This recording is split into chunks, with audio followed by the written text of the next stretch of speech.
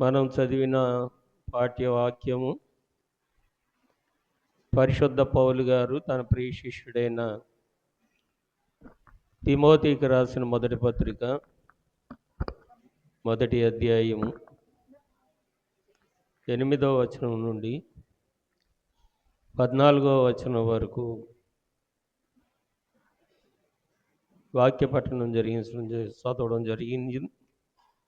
దీని ద్వారా కొన్ని సంగతులు మనము గ్రహించవలసిన వారమై ఉన్నాం. తండ్రి, ఏ చిన్న దాసుడు నిలవబడిన ప్రక్కనే ఉండి పరలోకపు తండ్రి ఆత్మను అతనికి తోడుగా ఉంచి, నా ఆత్మను అతనికి తోడుగా ఉంచి, నా యొద్దకు వచ్చి వారితో నేనే మాట్లాడి వారి మనవులని నేను ఆలించి దీవిస్తాను సెలవిచ్చిన పరలోకపు తండ్రి, మీ స్వరము, మీ ఆత్మ, భూలోకపు తండ్రి అయిన మా జనకుడు దైవజనుడు దేవదాసయ్య గారి స్వరము, ఆత్మ నేడు మాతో ఉంచి మాతో మాట్లాడమని, తాను శ్రమపడు వారికి అందరికీ సహాయకుడై ఉన్న యేసుక్రీస్తు ప్రభు నామములో ప్రార్థించుచున్నాము పరమ తండ్రి, ఆమేన్. నన్ను రక్షింప మరణం పొందియు సమాధి నన్నాటికి నీ గెలిచి యున్న ప్రభునందు నొన్న విశ్వాసంబినాకు నుసంబును కలుగజేయును చిన్నగునా ప్రభునికెవ్వరు సిల్వబడ్డ యేసుక్రీస్తే నాకింత ప్రోత్సాహనందంబుల్ కల్గుట కర్త ఘనమైన హేతుయ్యుండు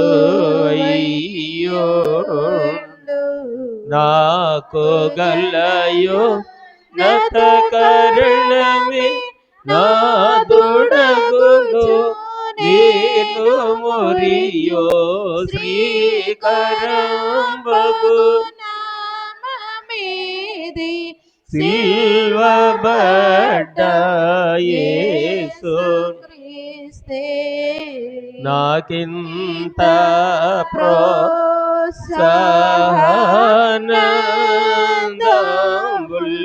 కల్గుట కర్త ఘనమైన హేతువయ్యుండు. చాలు ప్రియులారా, అమూల్యమైన రక్తముతో తడిసి ముద్దై సర్వకాలము సర్వజనుల సంరక్షణార్థమై వధస్తంభముగా భూలోకంలో స్థాపింపబడిన క్రీస్తు ప్రభు యొక్క శిలువను ధ్యానించడానికి ఆయన పరిశుద్ధాలయంలోనికి తరలి వచ్చిన వారులారా, పరమదేవుని శిలువ శక్తి తండ్రి మనకెల్లరికూ దయచేయును కాక. ప్రియులారా, నిన్నటి వరకు శిలువ ధ్యానముల ఆరంభం నుండి నిన్నటి వరకు శిలువ యొక్క విలువలు, క్రీస్తు ప్రభు యొక్క శిలువ శ్రమ ఆవశ్యకతలు ఒకటిగా నిన్నటి వరకు ధ్యానిస్తూ వచ్చాం. మొదటి రోజు శిలువ ధ్యాన పరుల యొక్క సిద్ధపాటు, రెండవ రోజు ఆయన చేతులలో కొట్టిన గాయములకు గల కారణములు, మూడో రోజు ఆయన శిరస్సు మీద పెట్టిన ముళ్ళ కిరీటం యొక్క కారణములు, నాలుగవ రోజు పిల్లరా మరి ఆయన ప్రక్కలో పొడిచిన బళ్ళెపు పోటు దాని యొక్క వివరములను గురించి నిన్నటి దినము ప్రాముఖ్యముగా మరి నిన్నటి దినం మన ధ్యానం దేవుని యొక్క ప్రేమను, కృపను, అలాగే కొన్ని అనివార్యమైనటువంటి ఆవశ్యకతలను ధ్యానించుట జరిగింది. శిలువ యొక్క ప్రాకారము, నిర్మాణము, దాని యొక్క విశేషము, దానిని మనము ధ్యానించుట జరిగింది. ఆ శిలువే నేటి వరకు ఆరాధింపబడుతూ ఉంది. అందరికీ మరి రక్షణార్థమైన దేవుని వరముగా భూలోకంలో వెలుగొందుచున్నది. ఈ శిలువను ఎవరు చెక్కారు, దేనితో చెక్కారు, ఎందుకు చెక్కారు, చెక్కిన వారి యొక్క వృత్తి వివరములు ఏంటి, ఆ శిలువ యొక్క మహిమ ప్రభావములు ఏంటి అనేవి నిన్నటి దినం మనం ధ్యానించాం. ఈరోజు ఈ సంగతులన్నిటినీ, ఆ కాలంలో జరిగిన సంగతులన్నిటినీ మరి ఈ కాలం వారికి తెలియజెప్పడానికి దేవుడు తను ఏర్పరచుకున్నటువంటి శిలువ సాక్షి, శిలువకు సాక్షి, శిలువ సాక్షి అయినటువంటి పరిశుద్ధుల్లో ఒకరు, అపోస్తలుల కంటే భిన్నముగా మరి ఆత్మవరములు కలిగినటువంటి వారు అయినటువంటి పరిశుద్ధ పౌలు గారి యొక్క మరి శిలువ చరిత్ర ఆరంభము, ఈ కాలానికి శిలువ ధ్యానము ఎందుకు చేయాలో, ఎలా చేయాలో, ఎవరు చేయాలో, దాని విలువలేంటో వివరించి చెప్పుటకు దేవుడు ఒక ప్రత్యేకమైన ఒక వ్యక్తిని దేవుడు ఏర్పాటు చేసుకున్నారు. ప్రభువు తాను ఏర్పాటు చేసుకున్నటువంటి 10 మంది శిష్యుల్లో ప్రథముడు పేతురు గారైతే, ప్రభు ఆరోహణ అనంతరము మరి ఆవశ్యకతను బట్టి దేవుడు ఏర్పాటు చేసుకున్నటువంటి అపోస్తలుడు పౌలు గారు. పౌలు గారి యొక్క సేవకిని, పేతురు గారి యొక్క సేవకిని భిన్నమైనటువంటి చరిత్ర ఉంది. పేతురు గారు 10 మందికి నాయకుడిగా ఉండి 12 మంది శిష్యుల్లో ఒకరు తప్పిపోతే ఒకడు ఆయనే అయితే, మిగతా 10 మందికి ఆయన నాయకుడిగా ఉండి యేసుక్రీస్తు ప్రభువారి యొక్క జీవిత చరిత్రకి ఆయన సాక్షి, ఆయన గావించిన రక్షణ మహాసంకల్పానికి ఆయన సాక్షి, క్రీస్తు ప్రభువు చేసిన సువార్త సేవకు ఆయన సాక్షి. యేసుక్రీస్తు వారి కథ వినుడి దేశీయులారా, యేసుక్రీస్తు వారి కథ వినుడి, యేసుక్రీస్తు వారి కథ వినుడి దేశీయులారా, యేసుక్రీస్తు వారి కథ వినుడి, దోషకారులను రక్షింప దోషములంటని రీతిగనే, దోషకారులను రక్షింప దోషములంటని రీతిగనే, దాసుని రూపంబుతో మన ధరణిలో వెలసిన దేవుండో, యేసుక్రీస్తు వారి కథ వినుడి దేశీయులారా, యేసుక్రీస్తు వారి కథ వినుడి. దోషకారులను రక్షించుటకు, దోషమంటని రీతిగా సేవ చేసిన యేసుక్రీస్తు వారి యొక్క కథ వినుడి అని.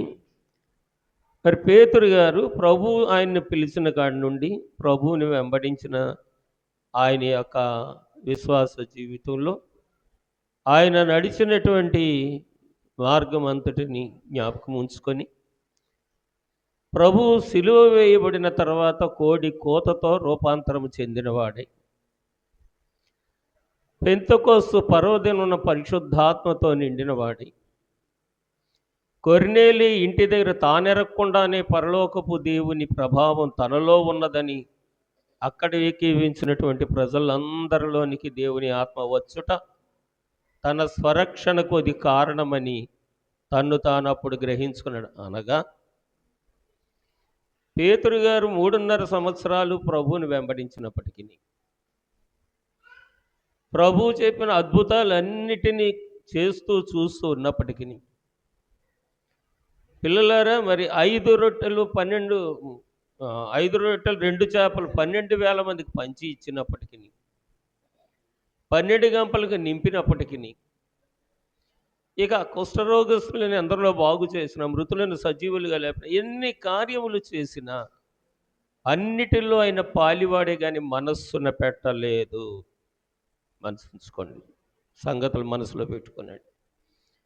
ఆయన మనస్సును పెట్టకపోగా పిల్లలారా, క్రీస్తు ప్రభువును సిలువ వేసినప్పుడు వెనుకంజ చేసిన వాడై వెనక్కి తిరిగిపోయిన వాడై ప్రభువు చెప్పిన మాట అతనికి జ్ఞప్తికి వచ్చే వరకు పిల్లలారా అతడు పరిశుద్ధాత్మ పొందే వరకు, పరిశుద్ధాత్మను పొందిన తర్వాత చర్మకారుని ఇంటిలో ప్రార్థించుకున్నప్పుడు పరలోకం నుండి దర్శనం వచ్చిన ఇంకా అపనమ్మికతోటే ఉన్నాడు. ఆ దర్శనం అనంతరము మరి ఎప్పే నుండి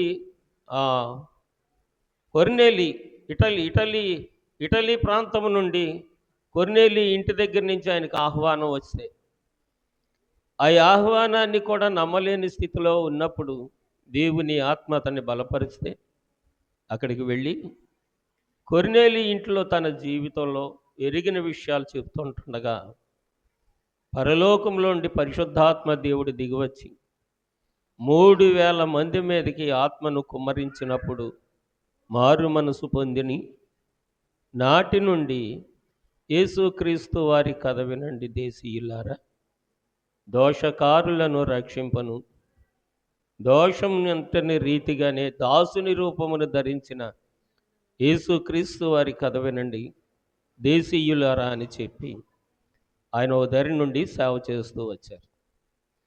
ఇది రక్షణ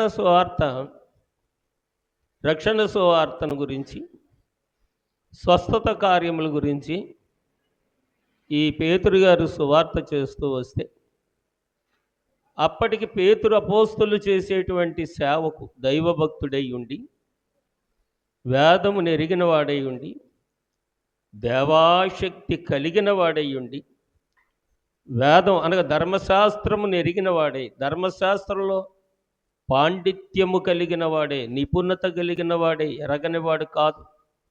ధర్మశాస్త్రం ఎరిగిన వాడై ఉండి దేవుణ్ణి ఎరగనివాడు సౌలు గారు. ఇలాంటి పరిస్థితులు వాళ్ళ సంఘంలో కూడా చాలామందిలో కనబడుతూ ఉంటాయి. పరీక్ష చేసుకోవడానికే ఈ శిలువ ధ్యానాల్లో మనం ఈ సంభాషణలు చేస్తూ ఉన్నాం. ప్రియులరా, మరి ఈయన ఓ దరి నుండి అపోస్తులు చేస్తున్న సేవ, ప్రజలు పొందుతున్న రక్షణ, ప్రజలు ప్రభుని మహిమపరుస్తుంటుండగా ఈయన వారిని చాలా హింసలకు గురి చేశాడు. కారణం ఏంటంటే ధర్మశాస్త్రం ఉన్నది కానీ ఈయన అనుభవంలో దేవుడు లేడు. ధర్మశాస్త్రం అనగా అక్షరము, దేవుడు అనగా ఆత్మ. ఈ సంగతులు నేను మీకు వివరంగా తెలియజేస్తూనే ఉన్నాను. అక్షరము విశ్వాసిని మరణానికి తీసుకొని వెళుతుంది, ఆత్మ ఈ విశ్వాసిని జీవానికి తీసుకొని వెళుతుంది. ఇవి 2 కొరింథీ పత్రిక 3వ అధ్యాయం 5-7 వచనాలలో ఈ సంగతులన్నీ మనకు కనబడుతూ ఉంటాయి. కాబట్టి పిల్లలారా, ఇప్పుడు పరిశుద్ధ పౌలు గారు ఆయన సాక్ష్యం మనం వింటే అపోస్తుల కార్యం 22వ అధ్యాయం అంతా మీరు క్షుణ్ణంగా చదువుకుంటే ఆయనే స్వయంగా ఆయన సాక్ష్యం అంతా తెలియచేస్తారు. అయితే పిల్లలారా, ఈ పరిశుద్ధ అప్ సౌలు పరిశుద్ధుడు కాదు, క్రూరుడు. క్రూరుడైనటువంటి సౌలు గారు ధర్మశాస్త్రంలో నిపుణ్యత కలిగిన వాడు, అంద్య వేసిన వాడు, ధర్మశాస్త్రం ఎరిగిన వాడు.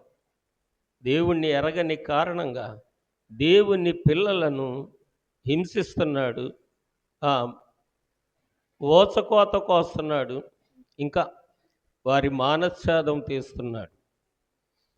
కాబట్టి ఇంత క్రూరంగా జీవిస్తున్న ధర్మశాస్త్రము ఆయనలో ఉన్న ధర్మశాస్త్రము దేనిని చెయ్యజాలకపోయినో దేవుడు దానిని చేసినని తర్వాత ఆయనే ఆ రోమీ సంఘానికి బోధ చేస్తారు 8వ అధ్యాయంలో. అయితే పిల్లలారా, ఇప్పుడు ఈ సౌలు గారు దమస్కులో ఇదే పనిలో ఉన్నాడు, అనగా సృష్టిని పాడు చేసే పని. చెప్పండి, ఎవరు అంటలే, ఒకసారి మీరు కూడా చెప్పండి, సృష్టిని ఆ, ఈ పని ఎక్కువ దుష్టుని పని అన్నమాట. దుష్టుడు చేసే పని. సృష్టిని పాడు చేసే మనసు అవసరము ఎవరికి ఉందంటే దుష్టునికి ఉంది.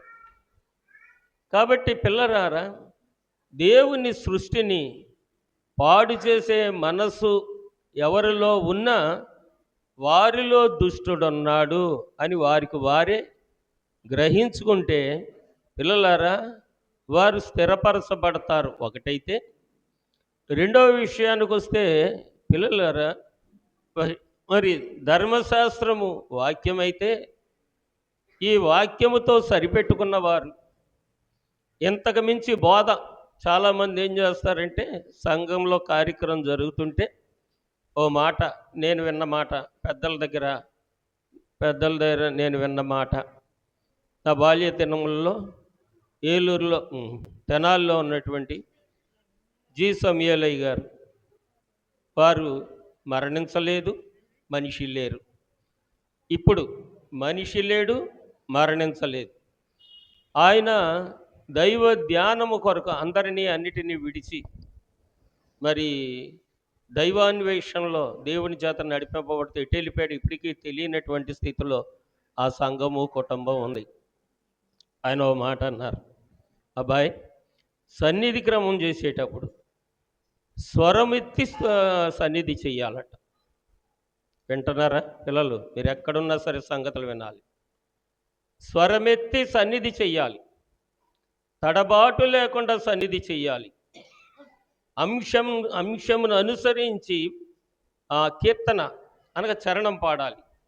అంశం ఒకటి చరణం ఒకటి ఉండకూడదు.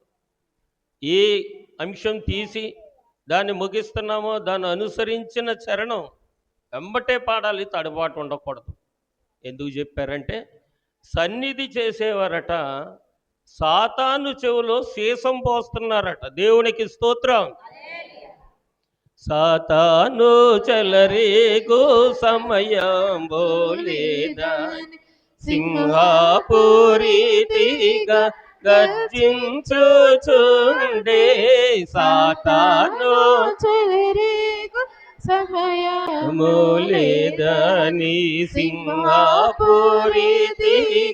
గర్జించుచుండే సంకెళ్ళతో వచ్చి సాతానును బంధించి, సంకెళ్ళతో వచ్చి సాతానును బంధించి సమాధాన రాజ్యం స్థాపింపరావా, సమాధాన రాజ్యం స్థాపింపరావా. దైవ సన్నిధి యొక్క కారణం ఏంటంటే పరలోకము దేవుని రాజ్యం అయితే ఆయన పిల్లలు కూడుకున్న దేవాలయం చిన్ని పరలోకం. కాబట్టి ఈ చిన్ని పరలోకంలో దేవుని రాజ్యము స్థాపన జరగాలి అంటే సన్నిధి క్రమము చక్కగా జరగాలి. ఈ సన్నిధి క్రమానికి ఆటంకపరిచేవాడు సాతాను. స్వరమున్నవారు, క్రమమున్నవారు, జ్ఞానమున్నవారు, దేవుడు తన పని కొరకు నియమించుకున్నవారు ఆ పనిని చక్కగా వాడినప్పుడు సాతాను చెవులో సీసం పోస్తారు కాబట్టి నేను ఏగలేకపోతున్నాను బాబు అని వెళ్ళిపోతాడు. నేను చిన్నోడిగా ఉన్నప్పుడు మరి ఎస్ సమీయలయ్య గారు తెనాలి వారు బైబిల్ మిషన్ ప్రెసిడెంట్గా సేవ చేశారు. వారు చెప్పగా నేను విన్న సంగతి ఇది. కాబట్టి మీరు సన్నిధి చేసేటప్పుడు నేను కళ్ళు మూసుకుంటాను కానీ అన్నీ గమనిస్తుంటాను. ఏం చెయ్యాలో అని తడుక్కోవడం అపరాధం, ఏం చెయ్యాలో తెలియకపోవడం అపరాధం, దాని మీద మనసు పెట్టకపోవడం ఇంకో మాట చెప్పాలి కానీ నేను చెప్పను, మీరే గ్రహించుకోనండి. కాబట్టి పిల్లలారా మెలకుగా ఉండాలి, దైవ కార్యంలో మెలకుగా ఉండాలి. పౌలు గారి దగ్గరికి వద్దాం, సౌలు గారి దగ్గరికి వద్దాం. సౌలు గారు ఏం చేస్తున్నాడంటే ఈ సాతానుతో ప్రేరేపింపబడి సాతాను వశంలో అతడు వాక్యం తెలుసున్నవాడు సుమి, వాక్యం తెలుసున్నవాడే అనగా మరి ధర్మశాస్త్రం వేదాంత విద్య గమాలియేలు దగ్గర విద్యను అభ్యసించిన వాడు. ఈ విద్యను అభ్యసించిన వాడు చదవడం మట్టుగా చదువుతున్నాడు కానీ గ్రహించడం లేదు. అక్కడ రోమాపత్రిక 8వ అధ్యాయంలో కందాకే రాణి దగ్గర ఉన్నటువంటి ధనాగారం మీద అధిపతిగా ఉన్న నపంసకుడు కూడా ధర్మశాస్త్రం చదవనైతే చదువుతున్నాడు కానీ గ్రహించడం లేదు. అందుకని అతడు యెరూషలేము దేవాలయంకి వచ్చి కందాకే రాణి యొక్క రాజ్యములోని 10వ భాగం అంతా తీసుకొని వచ్చి యెరూషలేములో ఉన్న దేవునికి సమర్పణ చేసి యెరూషలేములో ఇవ్వబడినటువంటి ధర్మశాస్త్ర ప్రతిమను తీసుకొని రథం మీద వెళ్ళిపోతూ ఉన్నాడు. వెళుతూ ఉంటుండగా ఈ ప్రతిమ అనగా ఈ ధర్మశాస్త్ర ప్రతిమ ఇవ్వబడింది కాబట్టి తెరిచి చూస్తున్నాడు. ఇంతలో అతని ఆసక్తిని పరిశుద్ధాత్మ దేవుడు చూశారు. మీరు చదువుకోండి 8వ అధ్యాయం, మీకు కనబడుతుంది వివరంగా. చూసినప్పుడు ఫిలిప్ ఉన్నారు అక్కడ. ఫిలిప్ అంటే ఎవరు అంటే నతనయేలుని యేసు ప్రభు దగ్గరికి నడిపించిన వాడు ఫిలిప్పు. గాలిలో ఆత్మ సంచార శక్తి కలిగినటువంటి వాడు ఫిలిప్పు. ఏలియా యెహెజ్కేలు ఫిలిప్పు ఎగిరి ప్రయాణము చేసిన రీతి. ఏలియా యెహెజ్కేలు ఫిలిప్పు ఎగిరి ప్రయాణము చేసిన రీతి. గాలిలో ఆత్మ నిండు కూడా, గాలిలో ఆత్మ నిన్ను కూడా గ్రక్కున కొని పోవుట కష్టంబ, గ్రక్కున కొని పోవుట కష్టంబ. మనో విచారము కూడదు నీకు మహిమతలంపులి కావలేనో. ఎంత శక్తి గలవాడంటే యెహెజ్కేలు ఎలాగైతే దేవుని ఆత్మచేత నింపబడి వాయుమండల సంచారం చేశారో, ఏలియా ఎలాగైతే పరలోకపు దేవుని అగ్ని గుర్రముల అగ్ని రథములతో మేఘారోహణ సంచారం చేశారో, ఫిలిప్పు భూనివాసి అయ్యుండి, వీరితో పాటు భూనివాసి అయ్యుండి ఈయన కూడా ఆత్మ ద్వారాగా గాలిలో సంచారం చేసి దేవుని పని చేసిన వాడు ఈ ఫిలిప్పు. ఇప్పుడు ఈ ఫిలిప్పు ధ్యానపరుడై ఉండి ధ్యానములో ఉన్నారు. నపంసకుడు యెరూషలేములో ఆయన యజమానురాలైనటువంటి కందాకే రాణి యొక్క రాజ్యములో నుండి వచ్చిన ఆదాయంలో నుండి 10వ భాగమును తీసుకొని వచ్చి యెరూషలేములో ఉన్న యెహోవా దేవుని సన్నిధిలో యాజకునికి అర్పించి ప్రార్థనలు చేయించుకొని వారిచ్చినటువంటి ధర్మశాస్త్ర ప్రతిమను తీసుకొని మరల రథం మీద వెళ్ళిపోతున్నాడు. చదువుదామని ప్రయత్నం చేస్తున్నాడు, అర్థం కావట్లేదు. యెషయా గ్రంథం 11వ అధ్యాయం 29వ అధ్యాయం. యెషయా గ్రంథం 29వ అధ్యాయము 11వ వచనం. ఓసారి చదవగలిగితే తీయండి. దీనినంతటిని గూర్చి దీనంతటిని గూర్చిన ప్రకటన గోడమైన గ్రంథవాక్యం వలె ఉన్నది. ఒకడు నీవు దయచేసి దీనిని చదువుమని చెప్పి చదువు వచ్చిన వానికి దాన్ని అప్పగించెను. అతడు అది నా వల్ల కాదు, అది గూఢార్థముగా ఉన్నది అని చెప్పాను. మరియు దయచేసి దీన్ని చదువుమని చెప్పి చదువు లేని వానికి దాన్ని అప్పగించెను. అక్షరము నాకు కొంచెం జాగ్రత్తగా చదువుకోండి. అక్షరాలు నాకు తెలియవు కాబట్టి నేను చదవలేను అని అన్నాడు. తప్పేం లేదు. విద్య తెలుసున్నవాడు ఏమన్నాడు, ఇది గూఢార్థంగా ఉంది, నాకు అర్థం కావడం లేదు అని అన్నాడు. తర్వాత మీరు కంటిన్యూ చదవగలుగుతారు, చదవండి, త్వరగా చదవండి. 13వ వచనం వరకు చదవాలి. దేవుడు ఇలాగ సెలవిస్తున్నాడు, ప్రజలు నోటి మాటలతో నా దగ్గరకు వస్తున్నారు, పెదవులతో నన్ను గనపరుచుతున్నారు కానీ వారి హృదయము నాకు దూరముగా చేసుకున్నారు. చాలు పిల్లలారా, చదువు ఉన్నవాడు వస్తున్నాడు, చదువు లేనివాడు వస్తున్నాడు. దొందుగానే ఉంటున్నారు వీళ్ళిద్దరు. చదువుకున్నవాడికి భావం అర్థం కావట్లేదు, చదువు లేనివాడు కాబట్టి సమస్య లేదు. ఈ జనులందరూ దేవుని నా దగ్గరకు వస్తున్నారు కానీ నోటి మాటలతో నన్ను గనపరుస్తున్నారు. ఏదో అంటారు చూడు, పెదాల మీద పాకం అని. అలాగా ఈ పెదాలతో దేవుడు అనడమే కానీ హృదయంలో ఎవ్వరికి ఎవ్వరి హృదయంలో దేవునికి చోట్లేదు. కాబట్టి దాని విషయమే దేవుడు తన వేదనను వ్యక్తం చేశారని చెప్పి ఈ పౌలు గారే మళ్ళా హెబ్రీ సంఘానికి కూడా తెలియజేస్తారు. అయితే ఇక్కడ యెషయా ప్రవక్త ద్వారా దేవుడు తన వేదనను వ్యక్తం చేస్తూ వచ్చారు.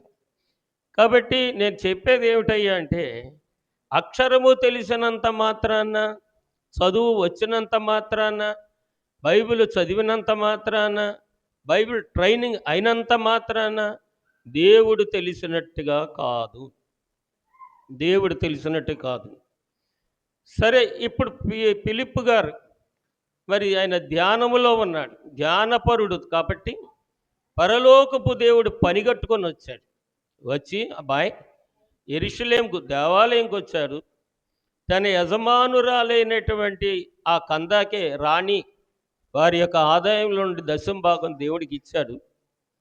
తిరిగి వెళుతున్నాడు. ధర్మశాస్త్రం అతనికి ఇవ్వబడింది, చదువుతున్నాడు. అతనికి అర్థం కావట్లేదు. నువ్వు వెళ్ళు అని చెప్పి ఫిలిప్పును పరిశుద్ధాత్మ దేవుడు ప్రేరేపించారు.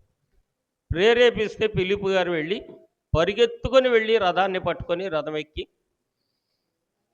నాయన నువ్వు చదువుతున్నది గ్రహిస్తున్నావా, చదువుతున్నది గ్రహిస్తున్నావా?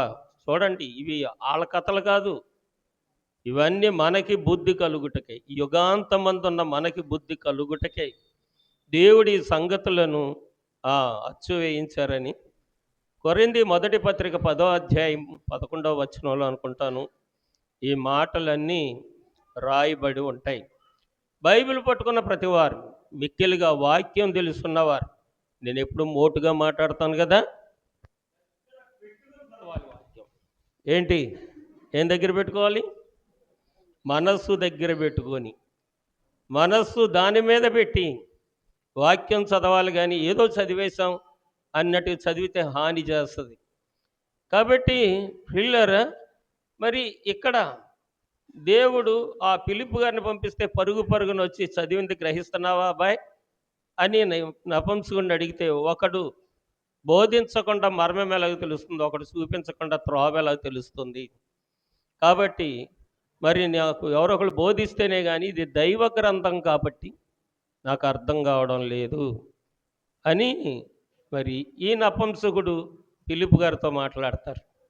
అప్పుడు పిలుపు గారు దేవుని యొక్క ధర్మశాస్త్ర విధిని, క్రీస్తు వారి యొక్క సువార్త శ్రమను, శిలువ శ్రమను ఆ నపంసకుడికి తెలియచేయగా ఆ వ్యక్తి అక్కడే మారు మనసు పొంది మనస్సాక్షి ఒప్పించి ఆటంకములు ఏమి చెప్పకుండా, సంశయించకుండా అతనే అంటాడు, ఇదిగో నీళ్ళు ఇక్కడ ఉన్నాయి, నాకు రక్షణ ఇవ్వడానికి నీకు అభ్యంతరం ఏంటి, నీకేమైనా అభ్యంతరం ఉందా అని దేవుని సేవకుణ్ణి ఈ నపంసకుడు అడిగి, ఇక్కడ అభ్యంతరాలు ఏవి లేవు కాబట్టి ఆ త్రోవని వెళుతూ అక్కడే బాప్తీసం తీసుకొని యేసుని అంగీకరించడానికి గల కారణము ఫిలిప్పు ఆత్మతో నింపబడిన వాడు. చెప్పండి, ఆత్మ నడుపు సత్యములోని కిపోడే ఆత్మ నడుపు ఆత్మని సాయంబు అధికంబుగా నీచి, ఆత్మని సాయంబు అధికంబుగా నీచి, ఆత్మానందముతో దైవారాధనమునా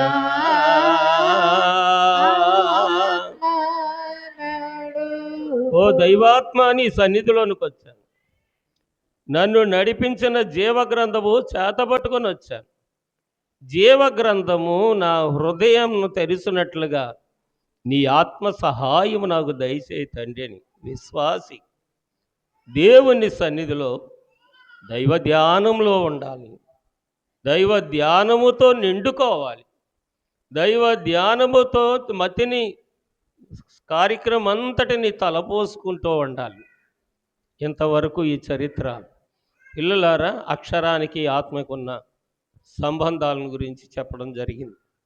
ఇకపోతే ఇక్కడ సౌలు గారు రక్షణ పొందుతున్న వారిని అందరినీ పతనము చేసే పనిలో ప్రభుత్వం వారి దగ్గర అధికారికంగా పత్రాలు తీసుకొని, చట్టం తీసుకొని దమస్కు ప్రయాణమై వెళ్తున్నాడు. ఆ సంగతి మీ అందరికీ తెలుసు.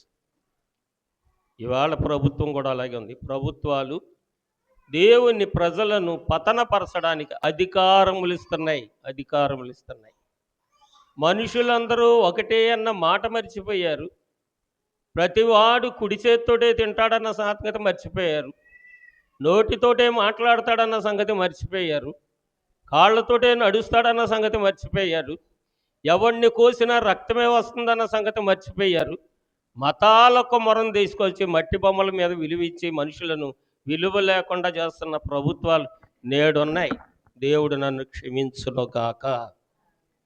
ప్రియులారా, ఇది చాలా హానికరమైనటువంటి పరిణామం. ఇది ప్రభుత్వాల లోపం కాదు, మతాల లోపము కాదు. ఈ లోపమెల్లా సృష్టిని పాడు చేసే దుష్టుని పని. దేవుని సృష్టిని పాడు చేసే దుష్టుని యొక్క పని. మెలకువగనుండండి ప్రియులారా, ఈ మీదకి ఉన్నది ప్రియులారా, అమావాస్య చీకటి ప్రియులారా, దానికి అధికారమున్నది ప్రియులారా, ప్రక్కనే ఉన్నాడు పగవాడు, నీ చెంతనే చేరాడు. శనిగాడు దేవాలయంలోకి వచ్చిన తర్వాత దేవుణ్ణి గురించిన ఆలోచన మన మదిలో లేకపోతే ఈ హృదయము దెయ్యానికి సింహాసనం అయిపోద్ది. అన్నీ బాగానే ఉంటాయి, మన పక్కన వాళ్ళు బాగానే ఉంటారు, మనం బాగానే ఉంటాం, మన మాటలు బాగానే ఉంటాయి, మన డ్రెస్అప్ మేకప్ అంతా బాగానే ఉంటుంది. హృదయం అంధకారం అయిపోద్ది. హృదయంలో దెయ్యం కూర్చుంటుంది. ఆ దెయ్యం నీ పతనానికి వెతుకుతూ ఉంటుంది, మార్గం వెతుకుతూ ఉంటుంది. అవి ప్రభుత్వాలు కావచ్చు, పరమతములు కావచ్చు, ఏవైనా కావచ్చు. తోటి మానవుని రూపంలోనే నాశనం వెంటాడుతుందన్న సంగతి జ్ఞాపకం ఉంచుకోవడానికే సిలువను ధ్యానం చేయాలి. ఇప్పుడు ఇదే కార్యక్రమంలో ఉన్నారు సౌలు గారు. సౌలు గారిని ఇప్పుడు మనుషులు ఎవడు బాగు చేయలేడు. సౌలు గారిని దేవుడు అక్కడ దమస్కు గేట్ దగ్గర దర్శించారు. ఆ చరిత్ర మీ అందరికీ తెలుసు. అతడు వెళుతూ వెళుతూ రథం మంచి కింద పడిపోయాడు. పడిపోయిన అతనికి కళ్ళు తెరిచి చూసేటవాడికి అంధకారమే కనపడ్డది, కానీ లోకం ఏం కనపడడం లేదు. లోకం ఏమీ కనపడకపోగా మసకబారిన అంధుడ వలె తడుముకుంటుండగా దేవుని స్వరం వినపడుతుంది. సౌలా సౌలా నన్నేలా హింసిస్తున్నావు?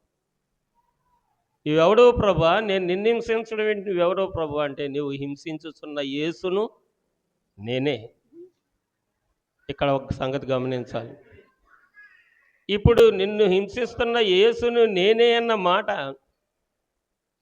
సౌలు కనబడుతుంది, కానీ పక్కన ఉన్న వాళ్ళకి ఎవరికి కనబట్టలేదు. ఈ సంగతి గమనించాలి.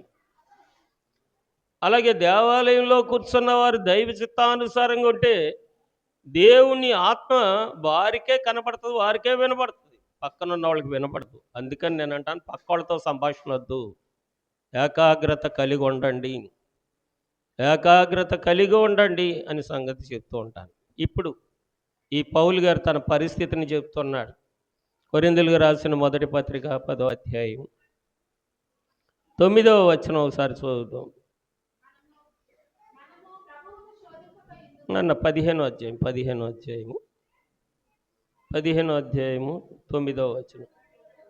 వచనం 8వ వచనం. అందరికీ కడపట కాలమందు పుట్టినట్టున్న నాకును కనబడెను. ఏలయనగా నేను అపోస్తలులందరిలో తక్కువ వాడను, దేవుని సంఘమును హింసించినందున అపోస్తలులను అనబడుటకు యోగ్యుడను కాను. అయినను నేనేమై ఉన్నానో అది దేవుని కృప వలననే అయ్యున్నాను, మరియు నాకు అనుగ్రహింపబడిన ఆయన కృప నిష్ఫలము కాలేదు. కానీ వారందరికంటే నేను ఎక్కువగా ప్రయాసపడినది నేను కాను, నాకు తోడయ్యన్న దేవుని కృపయే. నేనైననేమి వారైననేమి అలాగుననే మేము ప్రకటించుచున్నాము, అలాగుననే మీరును విశ్వసించితిరి.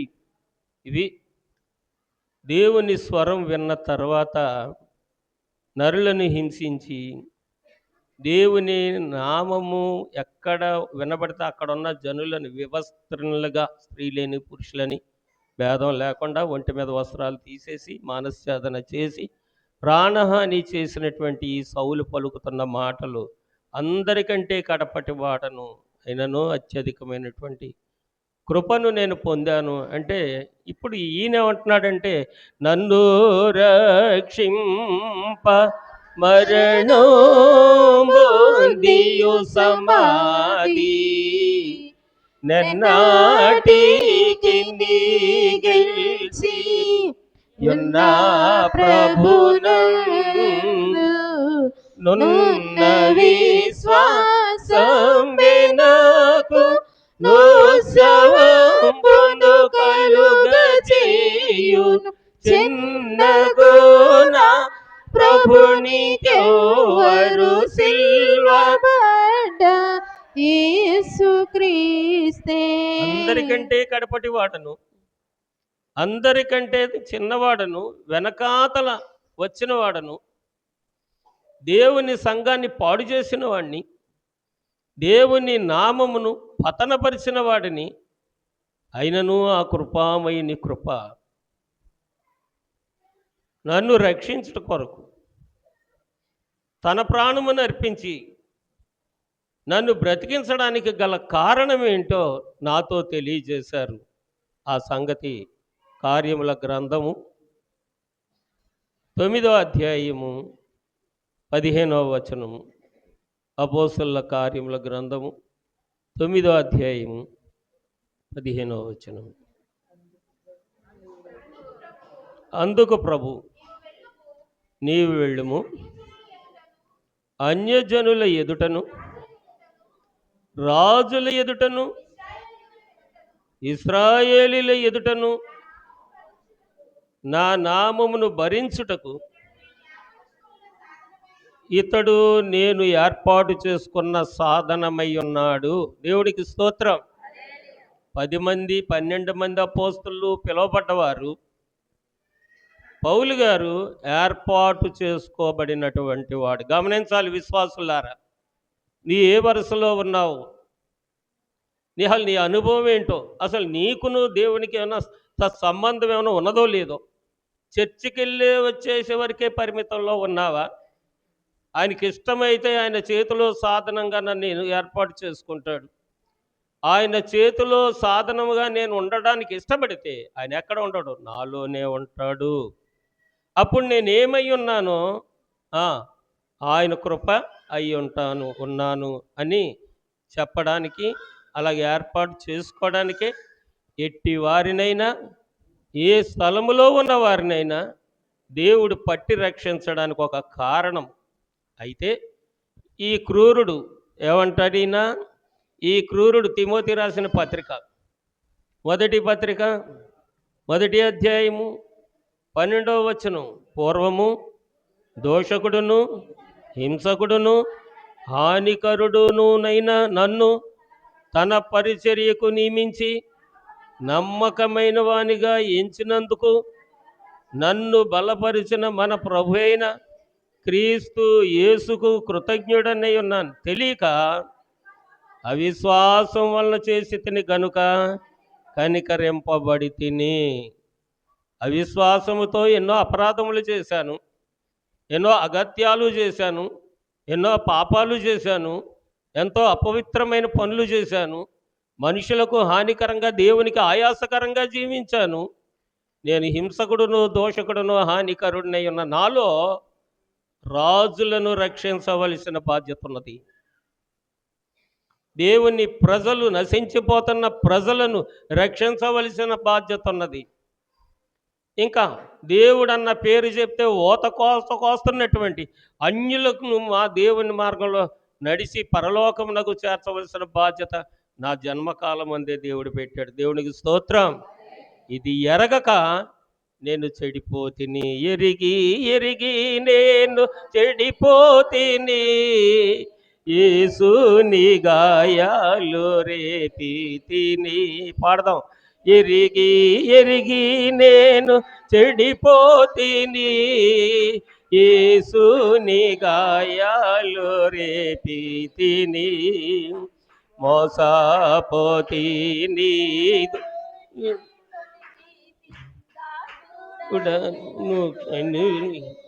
మోసపోతిని, త్రోవ తప్పితిని, దాసుడ నన్ను. రైట్, గుర్తు రాలేదు. కాబట్టి ప్రతివారు, మనలో ప్రతివారు ఇవాళ యేసు నామము ధరించామంటే, నువ్వు రక్షణ పొందినప్పుడు, పొందాలన్న అంతరంగమందు ఆసక్తి కలిగి ఉన్నప్పుడు, దేవుని దగ్గరికి రాగలిగావంటే నీ ఎడల ఒక ఆలోచన ఏదో దేవుడికి ఉంది, ఒక ఆలోచన ఏదో దేవుడికి ఉంది. కాబట్టి నువ్వేమనుకోవాలంటే, నేను నా దేవుడు అనుకోవాలి. కానీ నేను నా ఇల్లు, నేను నా ఒళ్ళు, నేను నా ఏదో పొలము, దూడ, మేడ ఇలాంటివి పెట్టుకుంటే దేవుడు అన్నిటికీ నీకు దక్కడు పిల్లలారు. అది దేవుడు నీకు తెలీదు. తెలియకే ఈ సౌలు అపరాధాలు చేశాడు. కానీ ఎప్పుడు దేవుని స్వరం వినబడిందో, ఆ స్వరం ఏం చెప్తుందంటే, రాజులు నువ్వే రక్షిస్తావు అబ్బాయి, నీ ద్వారాగా వాళ్ళకి రక్షణ కలుగుతుంది. ఇశ్రాయేలీలకు నీ ద్వారాగానే రక్షణ కలుగుతుంది. అన్యజనులకు నీ ద్వారాగానే రక్షణ కలుగుతుంది. ఆ ఆత్మ నీలో ఇమిడిచి ఉంచాను, నువ్వు తెలుసుకొనక ఆ దుష్టుడు ప్రేరేపించినటువంటి ప్రేరణ బట్టి దేవుని రాజ్యానికి, దేవుని కృపకు శత్రువుగా జీవిస్తున్నావని చెప్పి ఈ సౌలుతో దేవుడు మాట్లాడగానే కళ్ళు తెరవబడ్డాయి. దేవునికి స్తోత్రం. 9వ అధ్యాయం 18వ వచనం, అపోస్తలుల కార్యం 9వ అధ్యాయం 18వ వచనం. అప్పుడు అతని కన్నుల నుండి పొరల వంటివి రాలగా దృష్టి కలిగి. మైకు తీసుకుని చదవండి అన్న, మైకులు ఉన్నాయి కదా. ఎందుకు ఉన్న అవసరం దేవుని కొరకే కదా. చదవండి. అప్పుడు అతని కన్నుల నుండి పొరల వంటివి రాలగా అప్పుడు అతని కన్నుల నుండి పొరల వంటివి రాలగా దృష్టి కలిగి లేచి బాప్తిస్మము పొందెను. తరువాత ఆహారం పుచ్చుకుని బలపడెను. చాలు. తర్వాత ఆహారం పుచ్చుకొని బలపడెను. సరే, ఇప్పుడు సౌలును గురించిన భవిష్యత్తు తెలియదు, వర్తమానం తెలియదు అతనికి. సౌలుని తన జీవితం తనకు తెలియదు, రేపు భవిష్యత్తు కూడా అతనికి తెలియని స్థితిలో ఉన్నాడు. ఉండి తనను ప్రేరేపిస్తున్నటువంటి ఏమంటారు సృష్టిని పాడు చేసే దుష్టుని పనిలో అతడు లీనమైపోయి దేవుని సృష్టిని పాడు చేసే పనిలో ఉన్నాడు. సమయం వచ్చినప్పుడు దేవుడు పిల్లరా అతన్ని పట్టుకొని అతనిలో దేవుడు పెట్టిన బాధ్యత విడజెప్పాడు. కన్నులకున్న పొరలు రాలగానే అతని ఆత్మవశుడై ఉండి స్నానం ఆచరించి ఆహారం తీసుకొని బలపడి, ఇంతవరకు నేను చేసిన భక్తి కాదు, నేను ఎరిగిన ధర్మశాస్త్రము కాదు, నేను చేసిన వృత్తి నా క్షేమం కాదుగా, ఇక ఎవరికి కూడా క్షేమం కాదు. కాబట్టి ఇప్పుడు నా వృత్తి నా క్రీస్తే. కాబట్టి ఈ క్రీస్తు నేను సిలువకు సాక్షిని కావాలి. దేనికి? మరణంబులో నాకు చిరజీవం ఎవరు? చచ్చిపోవలసిన నన్ను బ్రతికించి నా కొరకు చనిపోయిన ఆ క్రీస్తు ఏ కారణం చేత దేని రూపంలో మరణించాడో, దేని మీద మరణించాడో, దేనికి తన జీవాన్ని అప్పగించాడో దాన్ని నేను గ్రహించాలి. నేను గ్రహించడమే కాదు, ఈ భూరాజులకు అందరికీ బోధించాలి. మేము దేవుని ప్రజలం అనుకుని ఇశ్రాయేలుకు అందరికీ బోధించాలి, శాస్త్రులకు బోధించాలి, పరిసయ్యులకు బోధించాలి, రోమీలకు బోధించాలి. ఒకవేళ ఈ సమయంలో వారు నా ప్రాణం తీసేస్తే నేను ప్రాణం కూడా ఇచ్చేయాలి. అందుకు క్రీస్తు నన్ను రక్షించాడు అంటూ ఇప్పుడు వద్దాం తిమోతి పత్రిక, మొదటి తిమోతి పత్రిక. మీరు చదివిన పాఠము 1వ అధ్యాయం 8వ వచనం. అయినను శ్రీమంతుడగు దేవుడు నాకు అప్పగించిన ఆయన మహిమగల సువార్త ప్రకారము ధర్మశాస్త్రము ధర్మ విరోధులకును, అవిధేయులకును, భక్తిహీనులకును, పాపిష్టులకును, అపవిత్రులకును, మత దోషకులకును, పితృహంతకులకును, మాతృహంతకులకును, నరహంతకులకును, వ్యభిచారకులకును, పురుష సంయోగులకును, మనుష్య చోరులకును, అబద్ధకులకును, అంటే దొంగ ప్రమాణాలు చేసేవారు, అప్రమాణికులకును, హితబోధకు విరోధి అయిన వాడు మరి ఎవడైనను వండిన ఎడల అట్టి వారికి నియమింపబడెను గాని నీతిమంతునికి నియమింపబడలేదని ఎవడైనాను ఎరిగి ధర్మానుకూలముగా దానిని వినియోగించిన ఎడల ధర్మశాస్త్రము మేలైనదని మనం ఎరుగుదుము. ఈ పైన ఉన్న వారికి అందరికీ ధర్మశాస్త్రం నియమింపబడింది కానీ గ్రహించలేదు. ఈ ధర్మశాస్త్రం వచ్చింది కాబట్టి వీళ్ళందరూ నీతిని అనుసరించాలి, కానీ ఎవడు అనుసరించలేదు. అవినీతిలో కొట్టుకుపోతున్నట్టు అదే రాజ్యం అనుకొని, అదే బలం అనుకొని, అదే శౌర్యం అనుకొని, అదే గౌరవం అనుకొని, అదే ఘనత అనుకొని మేసాలు మెలుతిప్పుతూ దేవుని రాజ్యాన్ని పతనపరుస్తున్నటువంటి ఈ సౌలు గారికి ఒక్కసారి అంధకారం కనబడేటప్పటికి ప్రభువా అన్న మాట నోటి నుండి వచ్చింది. ఆ కళ్ళు మదంతో మూసుకుపోయినవి కాబట్టి ఆ కళ్ళ నుండి పొరలు రాలేక అతడు ప్రభువా అనే పదము అతనికి వచ్చి, దేవా నీవు చెప్పింది చేస్తానని చెప్పి సమ్మతించి ఆ తర్వాత ఆయన సాక్ష్యం చెప్తున్నారు. ఇంతకీ మొదటి అపోస్తులు 12 మంది వీరు ఇలాగుంటుండగా కడపటి అపోస్తులుడైనటువంటి పౌలు గారు అందరికంటే కడపటివాడు, చిన్నవాడైనను దేవుని లేకుండా దేవుని ఆత్మతో నింపబడినవాడే. ఆత్మ చెప్పినట్టుగా చేయడం వలన ఈయన సిలువకు సాక్షి అయ్యాడు. వాళ్ళు సిలువను గురించి ఎరగరు, వారు సువార్తను గురించి ఎరుగుదురు. ఈ పౌలు గారు సిలువను గురించి ఎరుగురు. ఈయన శిలువ సాక్ష్యము రేపటి నుంచి మనం ధ్యానిస్తాం. శిలువ విలువలు, శిలువ పనులు, పౌలు గారికి దేవుడు అప్పగించిన బాధ్యతలు, శిలువ ధ్యాన పరులకు దేవుడు అప్పగించినటువంటి శిలువ బాధ్యతలు దేవుని చిత్తమైతే రేపటి నుంచి ధ్యానం చేస్తాం. ప్రార్థించండి, ప్రార్థించండి. తండ్రి, నిన్ను గుర్చిన వార్త, నీ శిలువను గుర్చిన వార్త నాకు నేర్పించు, మాకు నేర్పించు. మా బోధకుణ్ణి నీవు ఆత్మతో బలపరుచుకొని స్థిరపరచుకొని ఉన్న విషయాలే మాకు తెలియచేయి. లేని విషయాల తట్టు మమ్మల్ని ఆకర్షించొద్దు. లేని విషయాలు ఏవి మమ్మల్ని ఆకర్షింపక నీలో ఉన్న విషయాల చేత నువ్వే మమ్మల్ని ఆకర్షించు తండ్రి అని ప్రార్థించండి. యేసుక్రీస్తు ప్రభువందిన జయమే ఎల్లవారి కౌను కోరిన వేడిన ఎల్లవారి కౌను నమ్మిన ఒకళ్ళు పైకి లేచి చెప్పాలి.